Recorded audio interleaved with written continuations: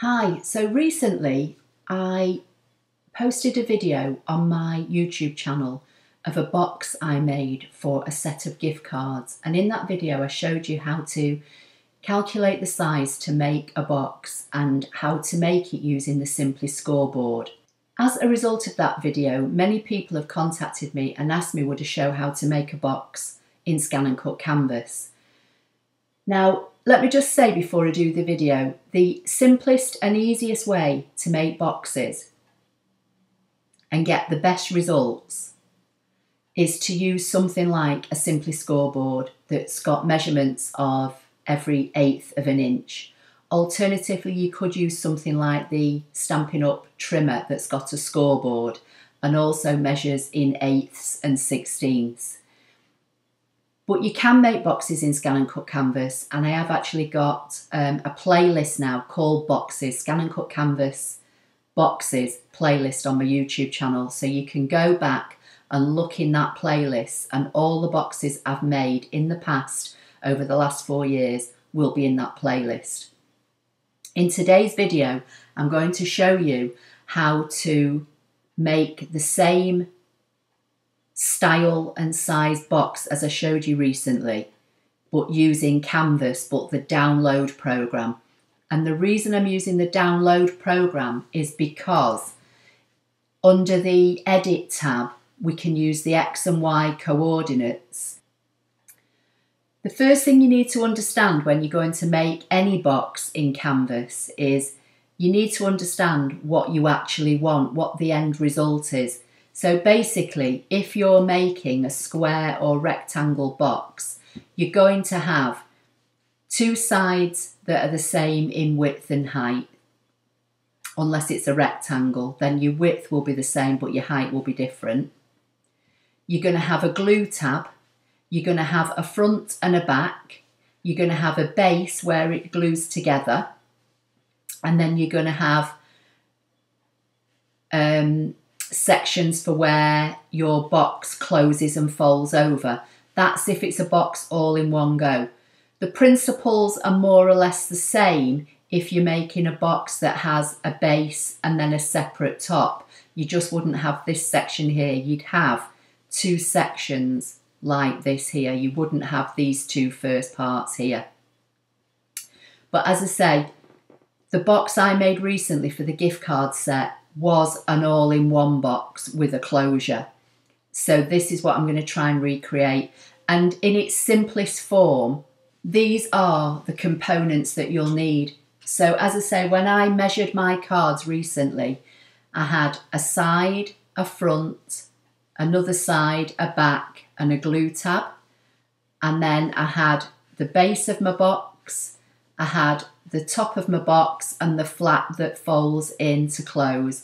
And then these notched out sections I cut using the scissors. So I'm using that just as a guide to show you. As I say, you need to, even if you draw it on a piece of paper, just use copy paper, draw your design, work your measurements out, make it in copy paper if your paper's big enough, and just see if it goes together. Now, I am recording this video in February 2019, and at the time of recording this video, as far as I'm aware, all the elements within the Canvas download program are as I'm showing you here. An alternative way would be, in that previous video, I showed you how to calculate the size of your box, and I used a piece of card that was 7.5 inches wide by 7 3/4 inches high. What you could also do is start off with a shape on your mat and make it that size. So I've got maintain aspect ratio unticked. My width was 7.5 and my height was 7.75. And then again, you could use Canvas to put in your score lines, cut and score, and then again use scissors to cut out the bits here that you don't need. That's an alternative way. I personally don't like using the machine to make boxes. I don't like the dash lines, and that's why I would always say use a scoreboard. I think you get a far better result creating boxes of any description using a scoreboard or a paper trimmer that has a scoring blade. Okay, so I'm going to try and show you how to recreate this box here at the size I previously made it using ScanNCut Canvas download. Okay, so I'm going to try and go through this video a bit quicker than I normally would, because I want to try and show you both ways. So this is the piece of paper, let's say, that I would start off if I was doing this manually. So 7.5 wide by 7 3/4 inches high. The first thing I'm going to do, I'm under the edit icon up here on the right hand side. I'm going to come up to the X and Y coordinates and put 0 in both, and that will put this shape in the top left hand corner of my mat. I'm going to come to the path icon and select it. I'm going to click once, let go of my mouse, just drag my mouse down. Then I'm going to hold my shift key down so I get a perfectly straight line, and I'm just now going to press on the mouse twice to anchor that line. I'm going to make the height of the line 7.75, because that's how high my piece of paper is. And then again, using the X and Y coordinates, I'm going to position it at 0.5 by 0. So that has put that score line that will become at 1/2 inch on this piece of imaginary card or paper. I'm going to come up here to the patterns and I'm going to change it to a dash line. So when I click off now, I've got a dash line. So this would be how I would do it if I was doing it on a scoreboard. So 7.5 by 7 3/4, first score line, 1/2 inch. Now I'm going to select the box. I'm going to come over to my layers panel and I'm going to click the eye on the box just to get rid of it. I'm going to select the dash line, and while I'm still in the layers panel, I'm going to come down to the bottom and hit duplicate 3 more times. Okay, so I'm going to come to the second dash line.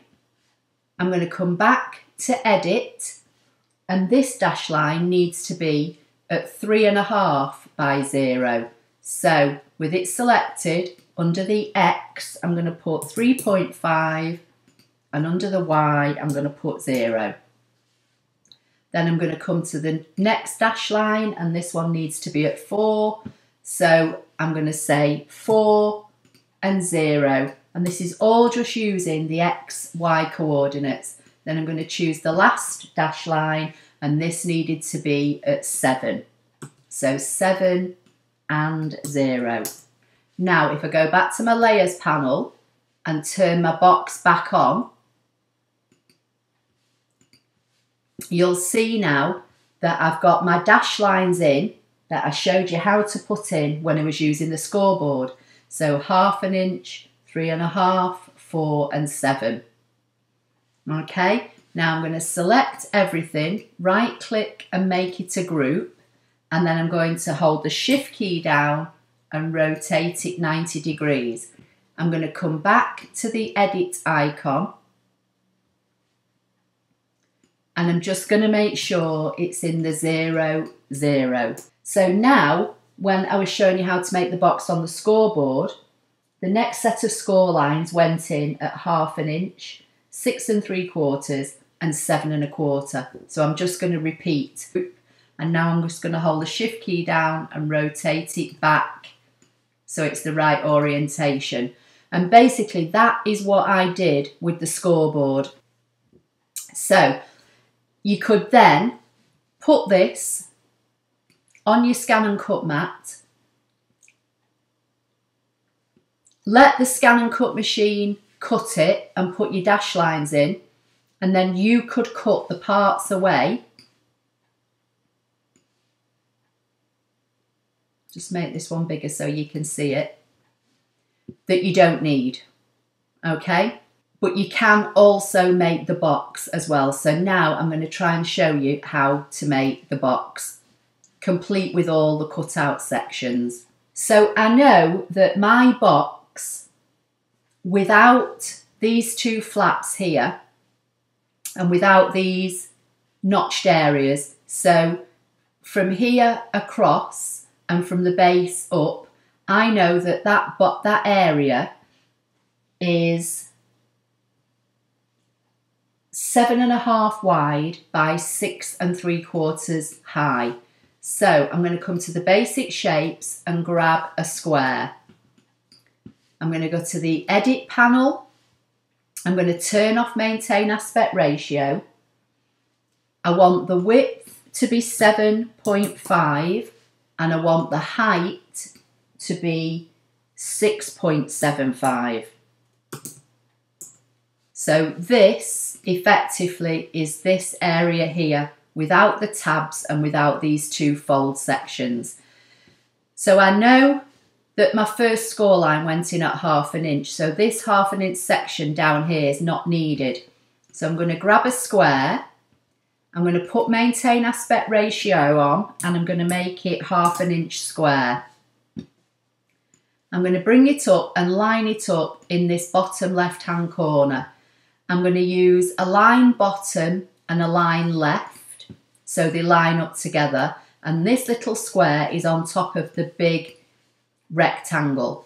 With both selected, I'm going to come over and hit subtract. So that's took the notch out, so that's this area here. So now I need to put my score line in. So I come to my path icon, I come over here, and when I come down near this corner, a little square will appear. I can left click once and let go, hold my shift key down, drag a straight line up until I get to the top and double click to anchor it. While it's selected, go to the pattern lines and choose dashed and click away. So that would be, if this tab and this section were joined together, that's where the fold is, okay? So now I need to put a fold line in at 3.5 inches. So I'm going to come to the path icon again. I'm going to left click once and let go, press my shift key down to straighten the line out, double click to anchor it. With it selected, I'm going to make it a dash line, and then in the edit box, I'm going to make it 6.75 because I know that's how high this section is. And then I'm going to use the X and Y coordinates again. So I want this at 3.5, so 3.5 by 0. So this dash line now is effectively where these two sections would weld together. So now I need to put this one in. So I'm going to move it down slightly because for some reason, oh, I've not got this in the right place, have I? Right, let me select the main base and go to 0, 0. Now I can go back to my layers panel and turn my box on. Okay, so they should line up now. Okay, so I started off 7.5 by 6 3/4. I took a 1/2 inch out of here. I've got my dash line in here and my dash line in here. I need to put my third dash line in. So I've got 1/2 inch, 3.5. I need one at 4. So again, I can either draw it or I can use this one as a duplicate. What I'll do, I'll draw it so that you know what I'm doing. So I'm choosing the path tool, left click in, let go, hold the shift key down to drag a straight line out, double click to anchor it, choose the dash line, Go back to the edit icon and make it 6.75 high. And then I'm going to position it at 4 inches by 0, which basically is lining it up on the top. So I've got 1/2 inch, 3.5, 4. The next one was 7. So what I can do, I can go to the layers panel, turn the box off and just select one of these dash lines, come down here and duplicate it, come back to the edit box. I can position this one at 7 and 0. And then when I turn the box back on so it's visible, I've now got my dash lines. So that would be a dash line here, a dash line here, a dash line here, and a dash line here. So then you would repeat, you would draw your dash line in the bottom here, and then you just need to add in your flaps and your notched areas. So I'm going to come to the path icon, I'm going to come down here and hover over in the corner, left click, let go, press my shift key down, drag out a straight line,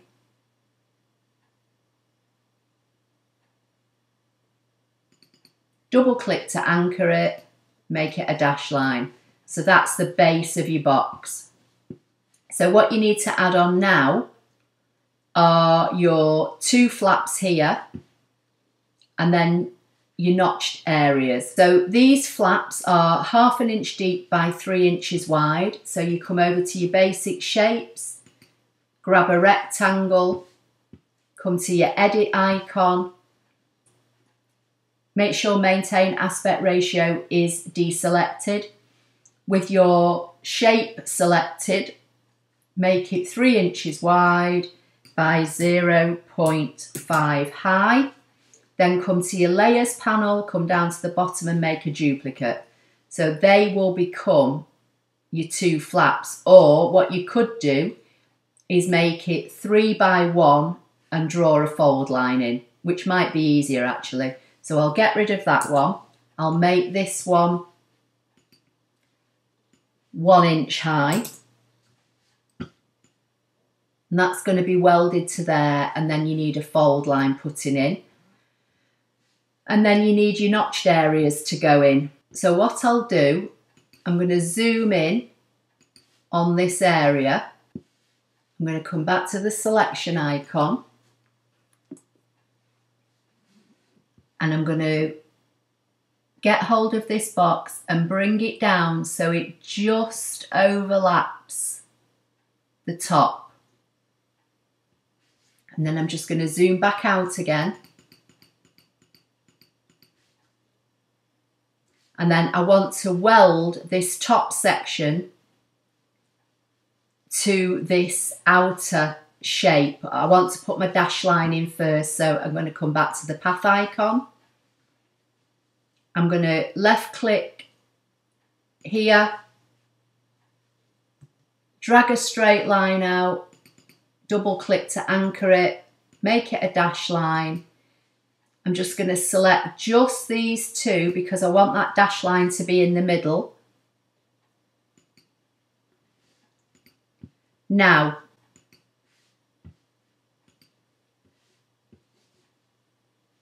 I'm going to turn off all the dash lines that are in this bottom half section and this one.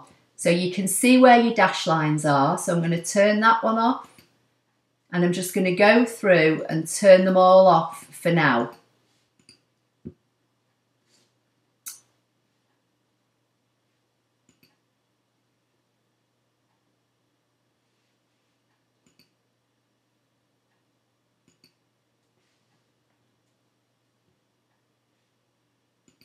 There you go, I'd turn my shape off as well.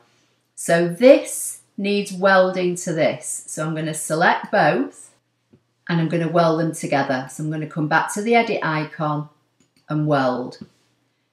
So that's now welded that. So when I go back to my layers panel and I put the dash lines back in,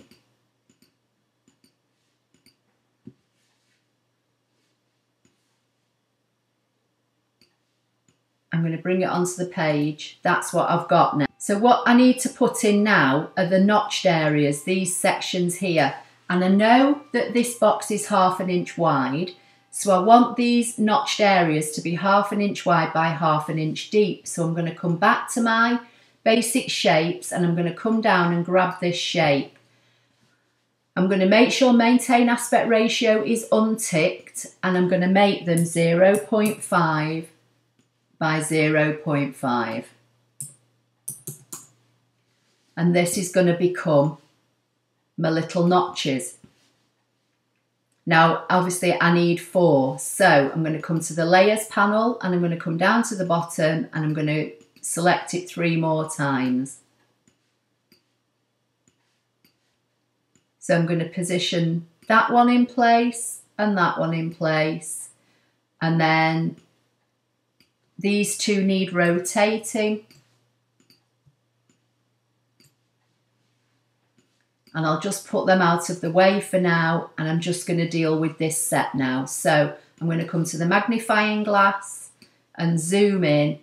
Then I'm going to come to the select tool to deselect the magnifying glass, and I'm just going to overlap these and weld them. Now again, I'm going to turn off the dash lines because if I try to weld this now, it probably won't weld. Let's just try it.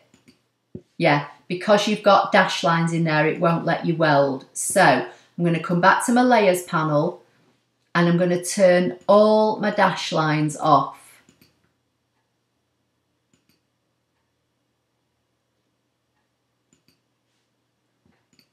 So now I'm going to select the main box shape and these 2 flaps. I'm going to come to the edit panel and say weld, and they've now welded. I'm just going to zoom back to 50%, so hopefully you can see, and then I'm going to grab these 2 and do the same. But I want to put my dash lines back in so I know where I'm lining these up. So I'm going to come to my layers panel and just click in the grey box to bring them all back so they're visible. And then I'm going to drop them into place. So I'm going to zoom in on this bottom area. I would make the shape narrower because you're cutting into a section here, whereas up here it's within this fold, if that makes sense. So I'm going to do this bottom section slightly different. So I'm going to select this, make a duplicate and position the duplicate so it's just overlapping at the bottom. I'm going to turn all the dash lines off again. These 2 small sections need to be on top of the big section, so I'm going to select both of those. I'm going to come to the edit panel and I'm going to choose subtract. Only I've put them in upside down, so I'm just going to turn them around. I'm going to send this to the back. I want these on top.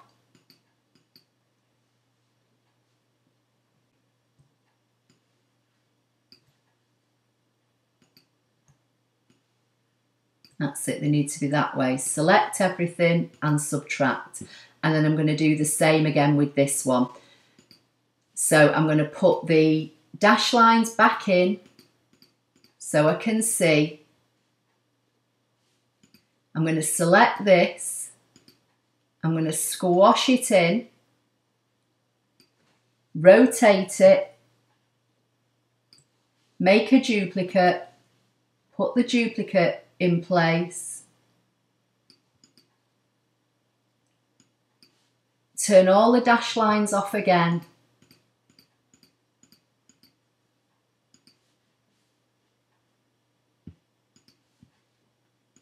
select both and hit subtract. Now I'm going to zoom back to 50% and basically that's my box. So let me go back to my layers panel and put all these dash lines back in. I've got a little bit of a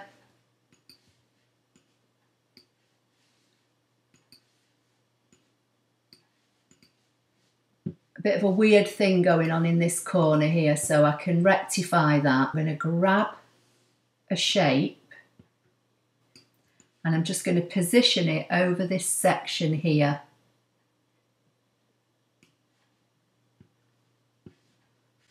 I'm going to come to the layers panel. I'm going to turn off all the dash lines. And then I'm going to select this square and the main body of the box. I'm going to come back to the Edit tab and hit Subtract. Okay, so that's now done. So now I'm going to come back to the Layers panel and I'm going to put all the dash lines back in. I'm going to group everything. And that should now be the box made. So if you look at the one I put together just from the shapes without welding anything, and now I've shown you how to make it in ScanNCut Canvas using the X and Y coordinates. As I say, it is a bit of a faff, but once you understand what you're doing, then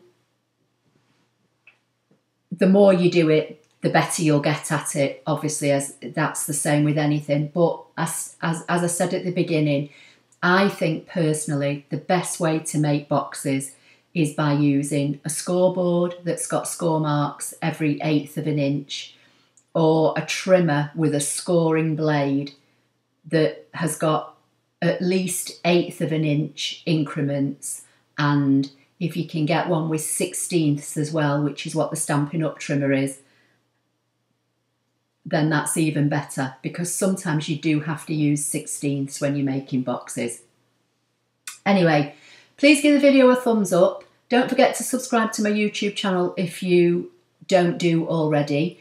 Make sure that you follow my blog, because as I've said in previous videos, any giveaways that I announce on my YouTube channel, the winners will always be posted on my blog.